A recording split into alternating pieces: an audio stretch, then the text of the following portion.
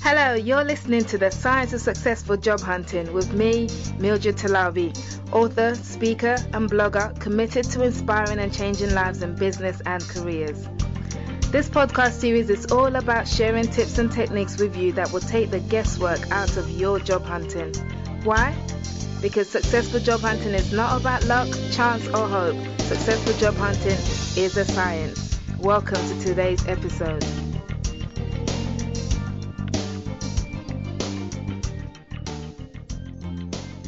Hello and welcome to episode 3 of The Science of Successful Job Hunting.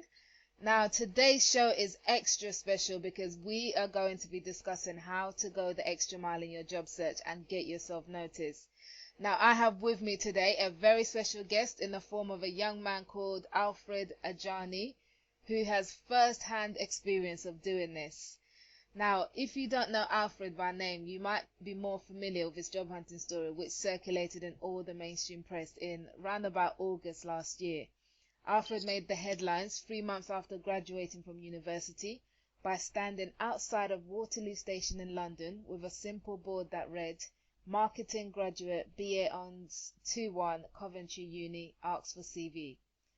Needless to say, it wasn't long before Alfred captured more than media attention with dozens of employers showing interest, and today he is happily working in a job which utilizes his evident marketing skills.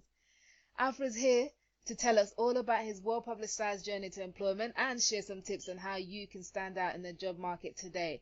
So Alfred, or Fred, as I'm going to be calling you in this call, thank you so much for joining me on today's show, and welcome to The Science of Successful Job Hunting. Thank you. Thanks for having me. Brilliant. It is great. It's so great to have you here. Now, before we get right into it, and I just want you to tell us a little bit more about yourself. I mean, who is Fred outside of the graduate who stood at Waterloo Station with a sign? I wear so many different hats. Well, before the sign, I was, at university, as you know, but then before that, I was playing football semi-professionally. So I still play now. It's good to keep active, do various other activities like Muay Thai. Me and my friends are part of the music group STP, so always following and supporting that. And I'm just, a general advocate of all good young initiatives, from local to, all over London and the UK, really. Anyone that's indulging in a startup or something entrepreneurial, I'll jump on that wave and push them to be the best version of themselves they can be. Oh, wow. So you're a footballer. Is it a singer as well? Do you sing? No, I don't rap. I just support, my group. My friends are some very well-known artists in the UK. And they got a lot of shows coming up in Portugal, Nigeria. A few shows coming up, We're going Harlem as well, so they'll be in the studio in Harlem in a few months as well. Oh, wow, that is fantastic. Yeah. So you support in terms of what you produce or? So no, really just like social media work, just Okay. tweet, social media, brand management, marketing, there's clothing coming out, so we're going to launch a website soon, so we're all working together on that as well. And some, we got some documentaries we're going to start putting together. It would be good to show our lifestyle and be of inspiration to the younger generation, which is our message, to, get educated, not necessarily just through schools, but, reading relevant texts and educating yourself on your history and how you can be the best version of yourself. That's my message. That's interesting. So you're quite entrepreneurial, and I guess that looking at what you did, that got you the fame, that makes sense. So tell us more about your education. When did you graduate and in what subjects? So after football, I went to Coventry University, studied sports marketing, BA Honours in sports marketing. So I graduated with a 2-1. Okay. So that's a sports market. So pretty much you're marketing inclined. Yeah, and the funny thing with that as well is after standing at Waterloo Station, I did get offered a few sports roles here and there. One of them was for Manchester United, but I'm an Arsenal fan. but that's not the reason I turned it down. It was difficult to relocate. Got offered roles in Barcelona, but it was just difficult to relocate. So, but coming to the Astoria group, from, the first 5 minutes I walked in here, I knew this was the role for me. this is where I could develop, grow, and, you know, practice some of my marketing ideas, which is what I'm doing. So yeah, enjoying every minute of it. Wow. Okay, we're gonna come back to what you do now and all those job Yeah. offers you received. So you graduated. This was it May 2014 you graduated? So not long Yeah. ago. Yeah. Finished in May 2014, almost a year now. Okay. And so what hopes did you have for employment after graduating? What were Ooh. you thinking? I heard it was difficult. I saw it was difficult, and I knew it was difficult. Started applying around about this time. This is when I started applying for graduate jobs. You know, I was coming to the end of my dissertation, and knew, you know, I could begin to balance the two. So I was working at a restaurant, finishing university, started applying for jobs. Not much luck. Had a few interviews here and there, but they weren't necessarily what I was looking for. Some of the job titles alone were misleading, and then even reading the job ad, you know, the job description itself, it was a bit misleading. You know, I'd turn up to some interviews and I'd see, you know, it was an events manager. We ended up outside WH Smith's trying to get people to donate money to the British Red Cross. So I was pretty confused, and I was like, did I need to go to university for 3 years to stand outside WH Smith's in a less economically developed area? You know, I could have even set up the marketing activity better than that if I was working in the head office. But so I knew the roles I was applying for, you know, that I did eventually get through to the interview stage. I realized, you know, I could do better than that. You know, I've paid so much money to go to university. I want my first job to be worth it, you know, worth that hard work, worth all the hard work that I put in over the 3 years. And something that I could, as well as my family, be proud of. And, you know, I'm making more headlines, which is great. Okay. So it sounds like you've learned a lot, you know, and I wanna find out some of what you've learned as well. But so after graduate, so you went through all these different roles, and were you getting offered jobs, or like you said, you did a few jobs which weren't what they were advertised. So did you have your heart set on a particular job as a Yeah. graduate? You know, I didn't just apply for any role. I was looking for sports jobs. Obviously, that's what my degree was, in sports marketing. So I started there. The general consensus was I don't have any experience.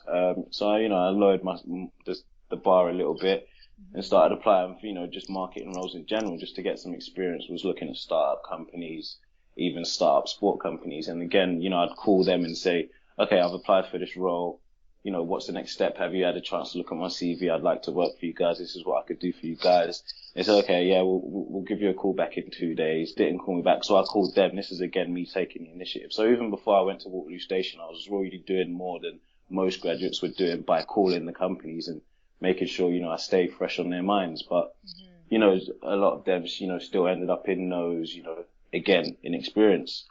So, you know, that is what led to Waterloo Station. And, you know, a lot of anger. I guess the only time people listen these days is when you're angry. So, you know, you start to raise your voice and you turn a few heads, and, you know, that some may be shocked, like, oh my God, why is he angry? Well, when you've been oppressed and put down for so long, you know, it is the end result. And that's what happened. But, you know, my actions were going to Waterloo Station and marketing myself, putting myself out there, promoting myself in a way that, you know, a few others have done, which I have seen since I've done it. You know, a few more stories have come out. But, you know, I couldn't tell you exactly why I got picked up, but I am happy, and I'm ready to give back, which is why I went back to the station again in January, looking to hire some graduates and give them a chance. Okay. There's a lot. So what I want to know is the thought process that went through your head as you made your way to Waterloo Station. So Oh did you man, wake up one morning and thought, right, this is it, or were you planning it for ages and I was plotting the right time? planning it for ages. I knew I wanted to do it. The idea did come to me while at university. I was like, nah, but that won't work. Like, people are on their way to work.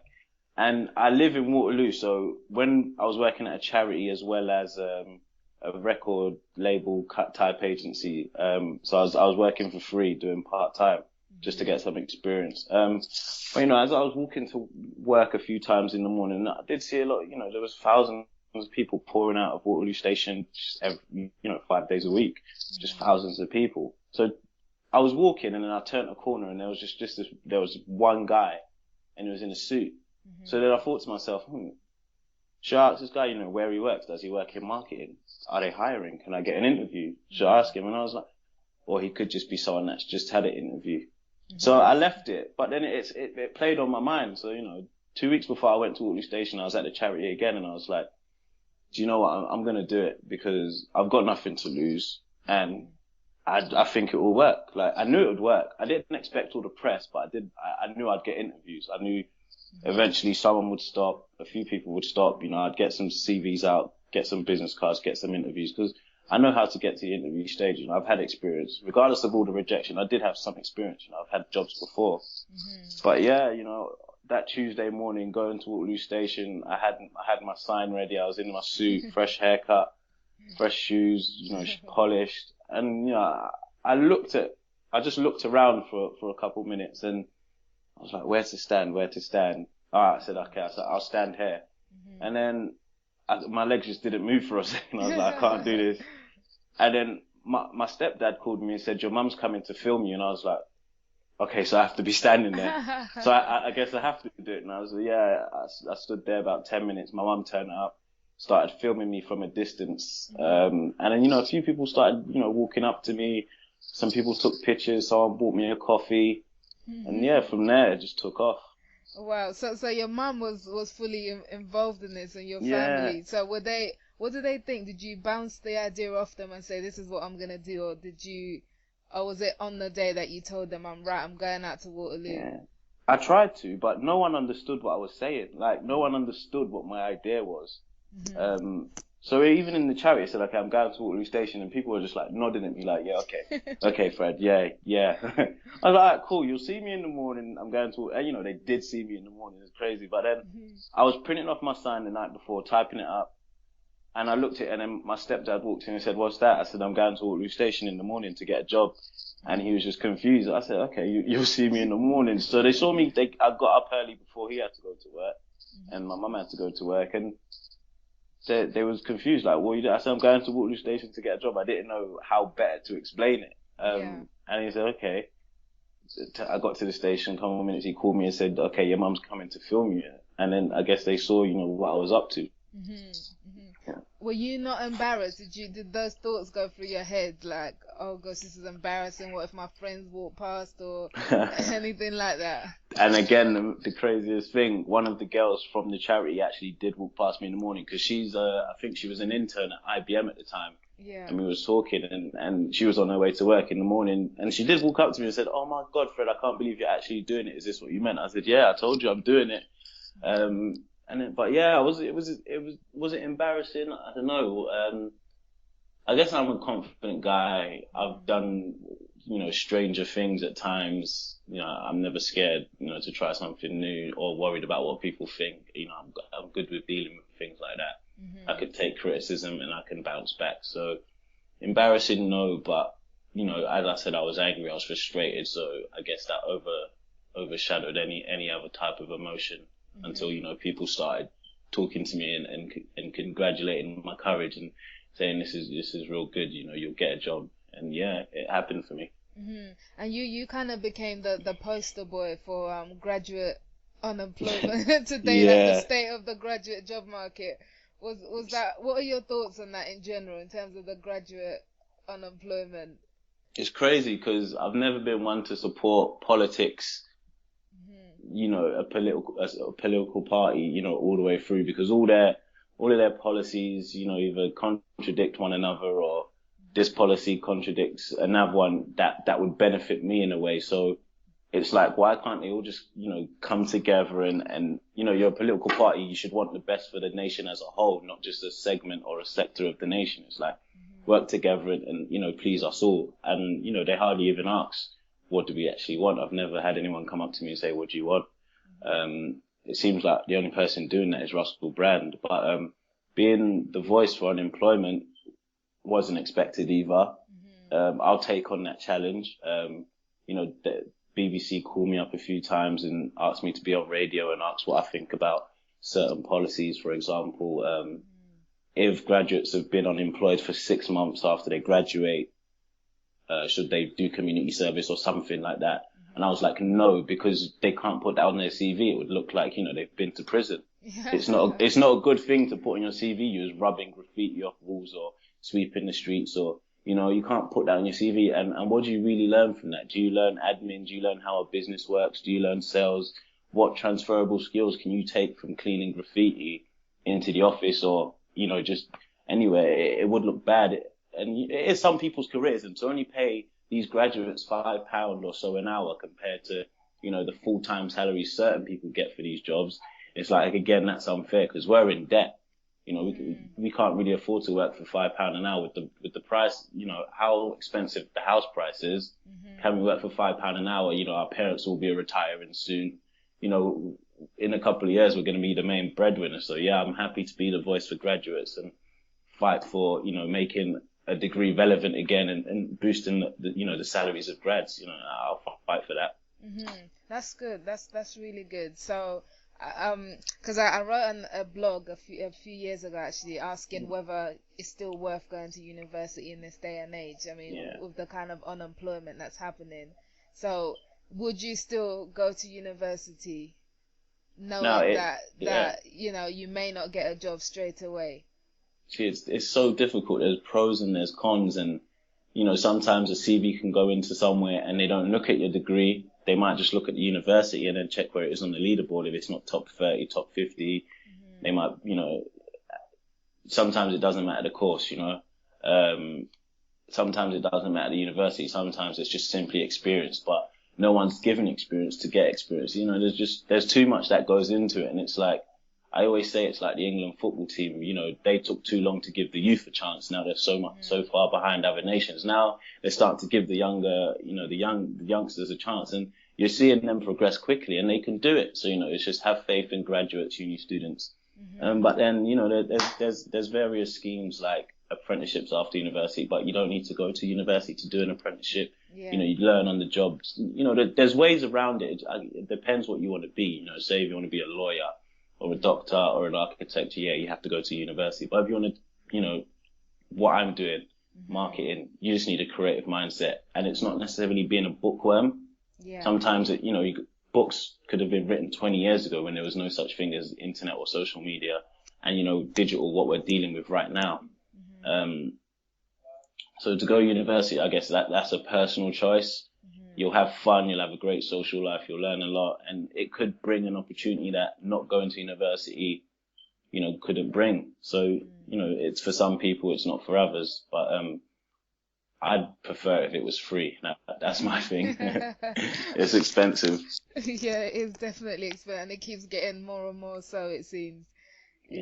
So going back to Waterloo Station, and you mentioned before that you were offered jobs at places like Man United and Barcelona. What kind of other jobs were you offered? Was it literally one article said you were inundated, like there was so many offers? How many offers did you receive? And what's upsetting is I missed so many phone calls. I replied to a lot of emails, and I had like 3 email accounts, all, over 70 emails within an hour. Wow. There was even places that I applied for who had rejected me in the past, saying, "Are you still looking?" Well, obviously I'm still looking. I'm at Waterloo Station, but people, who I had applied for are coming back to me. I don't really want to work for you anymore. You rejected me. I guess you just want the free PR that you could get off this. So I was like, sorry, but but I was respectful. I did go to a lot of, a couple of interviews and listen to what people had to say and how I could progress. But coming here was the one for me in terms of setting up. I'm the only person handling marketing here. So running all the projects, handling the PR and the marketing, the branding, the social media, all of that. So it's great joining a startup like this and learning so much about how a business runs and running my own projects. Okay, so I think that's a good time to tell us what you do now in your current role, and what made you choose this job above everything else. So the main thing I do here is I get my project right now is women in business. So as I said, I like to give people a voice and be an advocate of change. So my project right now is women in business. So this company, we operate in 4 sectors. Green, so that's renewables and utilities, oil and gas, property, across the property sector and across the digital sector. So I'm trying to Sorry, boost. and this is Astoria, is it called? Astoria, Astoria. Asoria, Astoria Okay, Group, Astoria Group. Okay. So I'm trying to boost the representation and population of women across in all four of those sectors. So what I'm doing is I'm speaking with women who have say they've had about 10 to 30 years experience within any of the industries, and get video interviews, for them to share their experiences, their advice, their stories, and their predictions, their opinions on, policy or the latest trend in the marketplace that they operate. And then I'm going to package this up, produce blogs that have been published in magazines and online digital magazines, which is great. So picking up more interest and really engaging audiences on social media, sharing these stories and sending them to universities. Because, there's some facts and figures that, less females are joining certain courses, and those are the sectors that we operate in. And already we've seen more women apply for the roles that we have here, which is great. So at the end of the month, hosting 2 events, one for the digital sector, which has had over 300 people sign up to already, and a networking dinner for the women in property, and also some webinars for the renewables and energy sector, which is great. So a lot is happening. Also setting up an award ceremony at the end of the year to reward people who have had an outstanding year in the digital sector. So looking for sponsorship, marketing, blogs again in magazines. So handling everything digital, handling everything marketing, sponsorship, branding, relationship marketing. So it's great. I'm learning how a business works, how it operates, the fundamentals, what is needed, how to grow a team, how to manage a team. This is all stuff that I realized that I couldn't get at Manchester United or working in Barcelona. These are all things that I wouldn't have got elsewhere. So, a startup would definitely be my advice for graduates. Fantastic. What's your official job title? Marketing PR projects manager. Okay, so you would advise graduates to kind of look at startups, because I do think a lot of graduates do, have this holy grail of a graduate job in a big top 100 company or something. So, and it's not always the best way, is it? Not at all. The thing with these graduate schemes is a lot of companies have just started them in, say, the last 2 to 7 years. And they don't know exactly what they want to do with the graduates. You could do a graduate scheme for 1 or 2 years and let go after, and you're confused as to why. And you only take on a certain aspect of the role, for a certain couple of months. You could be doing social media for 4 months, sponsorship for the next 4 months, and then, the last couple of months, something totally different. And it's like, you haven't really learnt much, and you're probably bored most of the time. You didn't get to network, or, you didn't get a chance to think of your own ideas, to be creative. You were just doing what someone else told you. We are the young generation. We are the millennials with some great ideas, and they should hear us out. And you'll be heard at a startup. You go to Coca-Cola, you have to do it their way. And then if you do get let go by Coca-Cola and you try and join Pepsi, the only way is Coca-Cola. Now, Pepsi don't want you because they want you to know it the Pepsi way. Yeah. So, startups are great. Absolutely, that's good.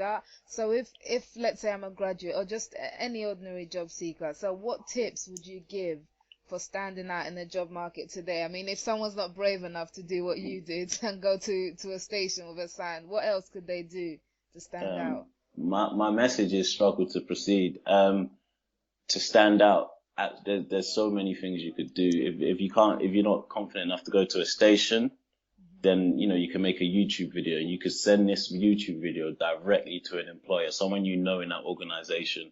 And how do you find them? LinkedIn, networking events, get some business cards and really get out there. Again, what I was doing, even calling the company and saying, have you received my CV? This is what I could do for your company. I'd love to come in for an interview. One of the better stories I've heard from a friend of mine as well that I went to university with. She called a company and said, I've just graduated. Can I get some interview practice and come and interview with you guys? And they said, yeah. She came and interviewed. They called her a week later saying, we like the way you interviewed. Would you like a job? She wasn't even going for a job. She just wanted to get some interview practice. They said, yeah. She went down and she got the job, and, she's on some good money and she's progressing quickly. So it's great. Yeah.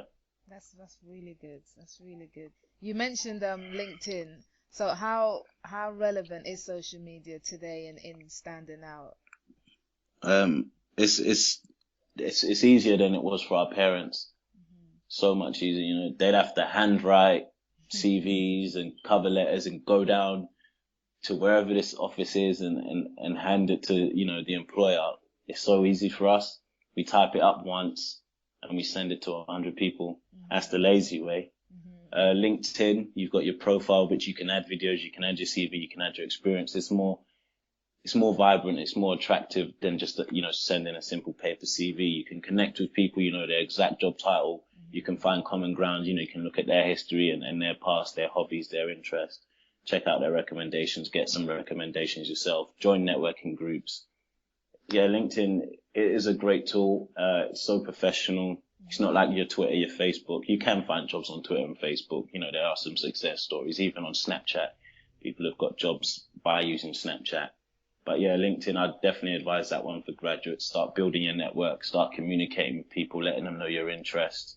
You know, be so precise, you know, don't waffle on, don't say I'm ambitious, I'm creative. Say, first of all, say why you're ambitious, say what your creative idea would be, what, you know, what your innovative idea is, you know, state that. No one's going to steal it. It's there in writing, you know, people will see it and say, oh yeah, come and do that for us. You know, people are nicer than you think, you know, back in the day, you'd knock on your friend's door and they come out and play. Now you have to text them. You know, people will still talk to you these days if you try. But yeah, definitely get LinkedIn, start networking with people. But you know, when you add someone as a friend, do make sure you put a personalized message rather than the generic message of I'd like to connect with you on LinkedIn. People love it when you put a message and a reason as to why you want to connect. And again, they'll be more than willing to engage with you. That's brilliant. That's some good tips there. I think since we're running out of time shortly, so I think one final question before the final question is sort of, so you've had nearly a year since you graduated and you've learned a lot, and it's kind of been like almost a movie, it seems, that your life has been, you know. So what three key things would you say that you've learned about job hunting this past year that you would, you know, pass on to someone looking for advice? The three key things is to definitely have good people around you. But to always have someone in your circle that is doing better than you, that motivates you to work harder. You know, if you're always the top of your pile, there's no one pushing you. You'll sit comfortable and you won't push yourself. People are never as busy as they say, but don't be offended, you know, if they do say they are busy, you know, just keep trying. Don't annoy them, but yeah, just keep trying. There's a lot of times there's some, you know, they're working on something and you call when they said that you should call, and then tell them I'm in a meeting. They might get back to you if they remember, but just, you know, give them about half an hour, call back, say, you know, so and so told me to get in touch. Is he free? Is she free? Eventually you'll get through, you know, they'll talk to you. And then, yeah, sell yourself. Not sell out, sell yourself, you know, tell them why you're good for the role.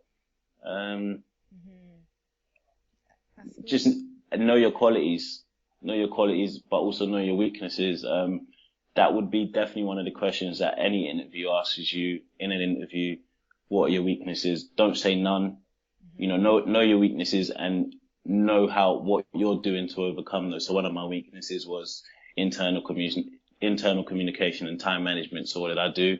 Set up a spreadsheet of, you know, when I need to do things by, what I need to do for this specific project, how I'm going to do it, and who else has, you know, ownership and responsibility over certain tasks. So that'd be my three key pieces of advice.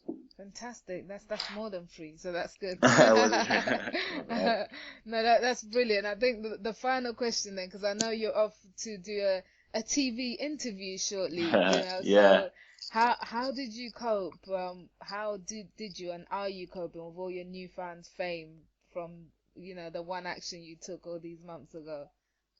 The thing is, I do like to stay level-headed. I'd hate to get ahead of myself and in 3 years, you know, be a nobody or be someone that someone's tweeting about. Oh, do you remember that guy that was at Waterloo Station? Look what he's doing now. Like, I couldn't live like that. So I'll never call myself famous, but I'm handling all the PR, all the press. It's great, it's fantastic. But I've got a message that I know I want to get out, and if I consistently stick with my message, eventually my message will get picked up. and broadcasted to the millions. And I'll start a wave, hopefully even this, as graduates graduate this year, a lot of them start going to Waterloo Station. So again, that builds me up a bit as well as themselves, and I can continue pushing out my message. But yeah, I'm going to keep working on my message, trying to get graduates a voice, make a degree mean something again, and overall some real opportunities for the younger generation. Okay, remind us what that message is in one sentence. Oh, my message in one sentence. I've got a big message. My message is, just to give grads a voice and a chance, a degree to mean something again, for us to be respected. This is more than a sentence. Yeah. But yeah, that's my message. Okay, fantastic. That is a fantastic message, and it's one definitely I support, and hopefully I can help to spread as well through this podcast and everything else. Thank you. So Fred, it's been so lovely talking to you. The half an hour has gone so quickly. Yeah. And I can tell there's lots more wisdom that you have, to share. So maybe we have to do a part 2 in future. Definitely, yeah, anytime. Yeah, that's brilliant. Thank you so much for joining us on the Science of Successful Job Hunting today. And thank you for joining us on today's episode of the Science of Successful Job Hunting. It has been brilliant talking to Fred. What an amazing young man he is. Now, if you'd like to keep in touch with him, follow up, find out what he's up to, you can catch him on Twitter. And his Twitter username is Fred Santana. That's Fred, spelled FR3D. SANTANA. I'll have the link in the show notes, so you can just click that to go right on through to his Twitter page. So thank you again, and please do leave your comments on this episode. If you've got any questions or anything you'd like to say at all, please leave a comment. I'd love to hear from you. And you can, of course, subscribe on iTunes to this podcast. And please, please, please, if you've enjoyed it, please share it. Let other people know. Especially this particular episode is great for graduates or anyone you know who's a student and looking to graduate soon. So please, please share it via social media, share it via email.